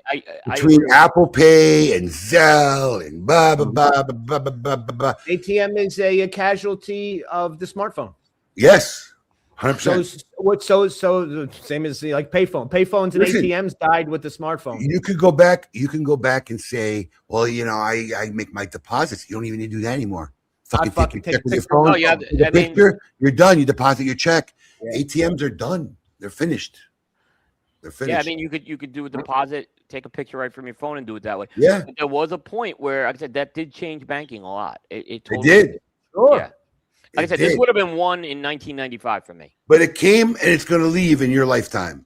It was in substance of relevancy. I mean, when I went to Stockholm, I was amazed how many places were cashless. Like they didn't even accept cash. It's happening here, bro. I just went somewhere the other day. I can't remember where it was, but I was in utter shock. I'm like, you of all people don't want to take cash? Holy shit! You know what's funny? I had to move. Remer, you're a Pennsylvania guy, maybe you, but I had to move to Florida to start calling it ATM. Where I come from, it's the Mac machine. The Mac machine. The Mac machine. You're right. No, it was ATM. It was in Philly, it was the Mac machine. Money Access Center. It was the Mac machine. That's and literally, I got to go tap Mac. That was the term. I got to go tap Mac. The other one, I need a Mac attack. I got to go get some. Yeah, I got to go tap Mac. And the early ATMs were not integrated. So, like, I remember I used to bank at Citibank, and for a long time, the Citibank ATMs were not integrated with any other bank. So that you had to go to a Citibank machine. Right. Yeah, you had to go to the bank card that you had. Yeah. Then it all changed. Yeah. All right, John. Once they figured out, we could send them to the other bank and just charge them a $3 fee. Fuck it, let them go to the other bank and get the money. John, pick a top invention in your lifetime. It's got to be in your lifetime, John. Something that came when you were alive. Yeah. Smartphone too. Smartphone, because it's one of those things. While you guys were talking, I'm sitting there pondering, and I'm like, what would it be for me? And if whether I'm at work, whether I'm relaxing, whether I'm taking a dump, I got my fucking phone. It's turn on your AC. See, I thought Abe would have that one at 1. I thought Abe would have that one number 1, actually. So yeah. For me? Yeah, I thought that was gonna be your number 1. It's not number 1 because number 1 and 2 are the precursors that had to lead to the right. smartphone. It's not number. It's number 3 because number 2 it requires number 2. Yes, number 3 required 1 and 2 to happen. Yeah. No, I think that's what it came down to. That's how the order. Me too. That's how the order kind of happened. Yeah. I think we're all gonna have the same one then. I have a feeling we're not going to have the same one. I am not going to have the same one. I'm at a left field on number 1. Okay. All right, let's pull up the leaderboard. Let's see where we're at. Where is my leaderboard? There it is. There we are. Smartphone. Okay, so Coop's smartphone's got to be in the top 3. If he's not, I'm kicking him off the show. Of course. So yeah, I still think my favorite's 10 Super Soaker. that was the best. Without a doubt. I still think 10 is my favorite Super Soaker. All right, it's time to end our KMA show in our usual fashion to figure out in certain life situation. No, we don't have one? Oh, okay. Remember, it was old. It was. Did she? No, she uploaded new ones. Wait, she didn't tell you there was new ones in the box? No, Marissa sent me a Drew Estate file. We got new ones yesterday. Yeah, I know. I didn't get them till like 4 o'clock, but I just saw a Drew Estate file. I got to chop them up. I didn't know. Okay. I don't know if Nina did it. I feel bad too. I don't know. Up all the old videos for no reason. That poor girl. We already. I was all over. But I have the video. We'll have it for next week. I saw the Dropbox come through. Yeah, and he filled them in a long way. That's all right. That's all right. I know you love when they do that. Well, Johnny, thank you for taking time out of your busy Saturday and hang out with us a little bit and smoke a cigar. It's always fun. Anything going on this weekend, John? Yeah, we have a birthday party. 2 birthday parties today we got to go to. We're splitting them up. Just getting ready for work. I work Sundays now, which kind of sucks. But what's going on in the J train, John? Well, it's the month of Espinosa. So we just had, as I said earlier, we had Eric on Thursday. We got Jack next week, and then Hector, and then actually Richie for the first time. He's never been on the podcast, so we're gonna have him on. Nice. Also, like I said, on the 20th, Hector's actually going to be at New Tobacco Village, so he's going to be there to help celebrate a wonderful day. I can't wait. So other than that, just doing my thing, living a dream. You could always find Johnny on the J Train. Check him out. Always. Johnny Always. Smokes. Johnny Smokes. All right. Well, we want to send out our love and thank everybody who joined us on this fine Saturday morning. Always the best way to start your Saturday. Shared a cigar together. Hopefully we made you laugh, had a little fun. And until next week, everybody, keep it lit. Bye.